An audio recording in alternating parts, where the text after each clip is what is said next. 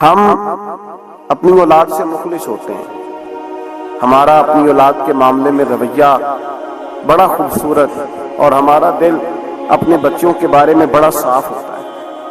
ہم چاہتے ہیں کہ ہماری اولاد شجر سایہ دار بنے، دنیا میں وقار حاصل کرے، روزی بھی اللہ تبارک و تعالی شان والی عطا فرمائے، اللہ انہیں ہر لحاظ سے نواز دے. تو قرآن مجید ہمیں تربیت دیتا ہے.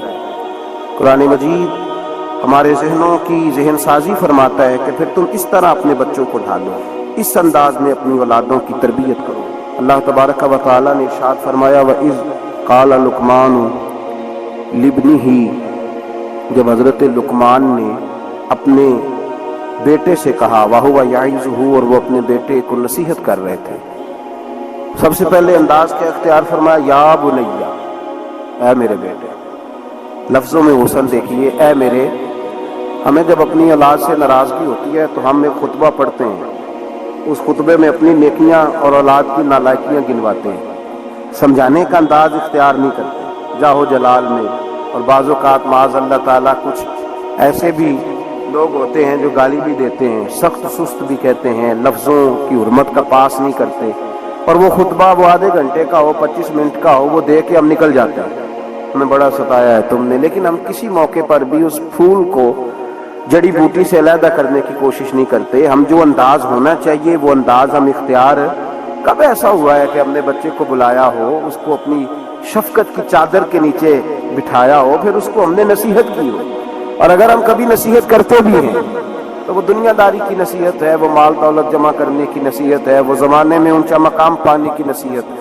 حضرت لقمان اپنے بیٹے کو نصیحت کرتے ہیں تو کہتے ہیں یا بنیا، او میرے بیٹے کا لفظ حسین جملہ. اللہ کے رسول صلی اللہ علیہ وسلم نے فرمایا اکریموا اولادکم، اپنی اولاد کی عزت کیا کرو.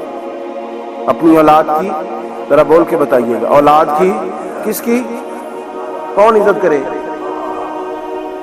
ماں باپ کس کی عزت کریں؟ بیٹا جی کہہ کے پکارو، میرا بیٹا کہہ کے پکارو، ان کو وقار دو، ان کو عزت دو.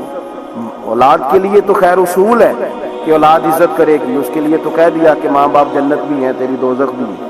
لیکن ماں باپ کو بھی حکم ہے کہ بچوں کے لیے اعزاز کے جملے استعمال کریں. ہمہ وقت کا ڈانٹنا، ہمہ وقت کی تلخی یہ مناسب نہیں ہے. ان کے لیے عزت کے جملے استعمال کرے. یا بنیا، اے میرے بیٹے. پہلا درس کیا دیا؟ فرمایا لا تشرک باللہ، بیٹے اللہ کے ساتھ شرک نہ کرنا. کیوں؟ ان الشرک لظلم عظیم، بے شک شرک بہت بڑا ظلم ہے. سب سے پہلی نصیحت اپنی ذات کے لیے نہیں کی.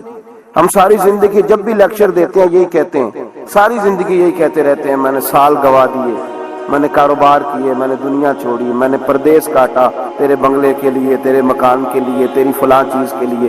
کبھی یہ بھی تو بتائے نا کہ کوئی باپ اٹھ کے کہے کہ میں نے بڑا وقت دیا ہے تجھے اللہ سے جوڑنے کے لیے، تجھے رسول پاک کا غلام بنانے کے لیے، میں نے کئی دہائیاں بتا دی تجھے نبی پاک صلی اللہ علیہ وسلم کی غلامی سکھانے کے لیے.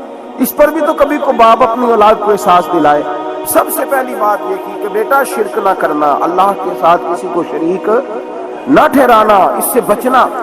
آگے اگلا جو حضرت لقمان کا فرمان ہے وہ آیت نمبر 16 کے اندر ہے. یہاں شرک کی بات کی، میں تھوڑی اس کی تفصیل عرض کروں گا اپنے بساط کے مطابق، لیکن پہلے آیات سماعت کر لیجئے، ان کا سادہ ترجمہ سمجھ لیجئے تاکہ آپ کے حاشیہ خیال میں عنوان آ جائے.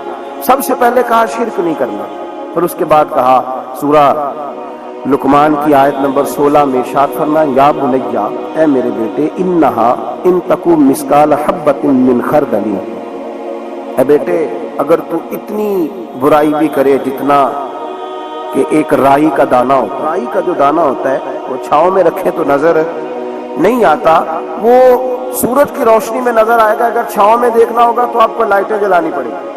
تو حضرت لقمان اپنے بیٹے کو نصیحت کرتے ہیں، کہتے ہیں بیٹے اگر تو رائی کے دانے کے برابر بھی گناہ کرے اور پھر وہ گناہ اس طرح ہو فَتَكُنْ فِي صَخْرَةٍ أَوْ فِي السَّمَاوَاتِ أَوْ فِي الْأَرْضِ، چاہے رائی کے دانے کے برابر گناہ ہو اور پہاڑ میں چھپا ہو یا زمین اور آسمان میں چھپا ہو تو کیا ہوگا؟ اپنے بیٹے کو سمجھا رہے ہیں. کہتے ہیں یاتی بہ اللہ پھر بھی اس کو نکال کے لے آئے گا. تیرے تو یہ نہ کہنا کہ میں کو پاپی ہوں، میں نے کو بینک لوٹے ہوئے ہیں، میں نے کوئی قتل کیے ہوئے ہیں؟ فرمایا رائی کے دانے کے برابر بھی اپنے بیٹے کو کہہ رہے ہیں، رائی کے دانے کے برابر بھی اگر تو نے گناہ کیا تو اللہ اسے بھی لائے گا، اور رائی کے دانے کے برابر ہو، پھر چٹان میں چھپا ہو یا زمین و آسمان میں چھپا ہو، اللہ پھر بھی اسے نکال کے لے آئے گا، اس لیے کہ ان اللہ لطیف خبیر، بے شک اللہ باریک باتوں کا جاننے والا ہے۔ فَمَن يَعْمَلْ مِثْقَالَ ذَرَّةٍ خَيْرًا يَرَهُ وَمَن يَعْمَلْ مِثْقَالَ ذَرَّةٍ شَرًّا يَرَهُ۔ اگر تو ذرے کے برابر نیکی کرے گا تو اللہ تجھے اس کا اجر عطا فرمائے گا، اور اگر تو ذرے کے برابر گناہ کرے گا تو اللہ قیامت میں وہ بھی تیری آنکھوں کے سامنے لائے گا، اس کا بھی حساب ہوگا۔ تو فرمایا بیٹے اللہ باریک باتوں کا جاننے والا، یا بنیا، اے میرے بیٹے، اقم الصلاۃ، نماز قائم کر۔ بیٹے نماز بس کافی ہو گیا؟ کہا نہیں، اب اور آگے بات، وَأْمُرْ بِالْمَعْرُوفِ، لوگوں کو بھی نیکی کا حکم دے، وَانْہَ عَنِ الْمُنْکَرِ، اور لوگوں کو بری باتوں سے منع کر، اور جب تو یہ کام کرے گا پھر لوگ تجھے ستائیں گے۔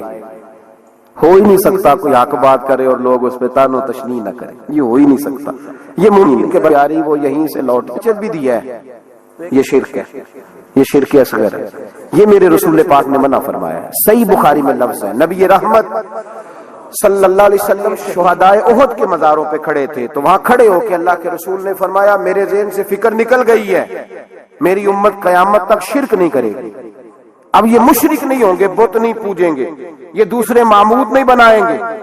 تو حضور فکر کس بات کی ہے؟ فرمایا یہ ریاکاریاں کریں گے، دکھلاوے کریں گے، تصنع بناوٹ کریں گے، یہ اللہ کی عبادت میں اوروں کو شریک ٹھہرائے۔ میرے دوستو یاد رکھو، سب سے پہلا حکم حضرت لقمان اپنے بچے کو دے رہے ہیں اور بتا یہ رہے ہیں کہ بیٹے اللہ والا بن جا، بیٹے اللہ سے جڑ جا، شرک نہ کرنا، شرک بہت بڑا ظلم ہے۔ میرے بھائی سب نے مفسرین نے اپنی اپنی بات لکھی، میرے استاد گرامی یہاں فرمایا کرتے تھے، بھائی اگر تو دنیا میں اپنے بیٹے کو دھوپ میں بیٹھا دیکھے تو تیرا دل پھٹ جاتا ہے، یہ دھوپ میں کیوں بیٹھا ہے، اس کو شرک سے بچ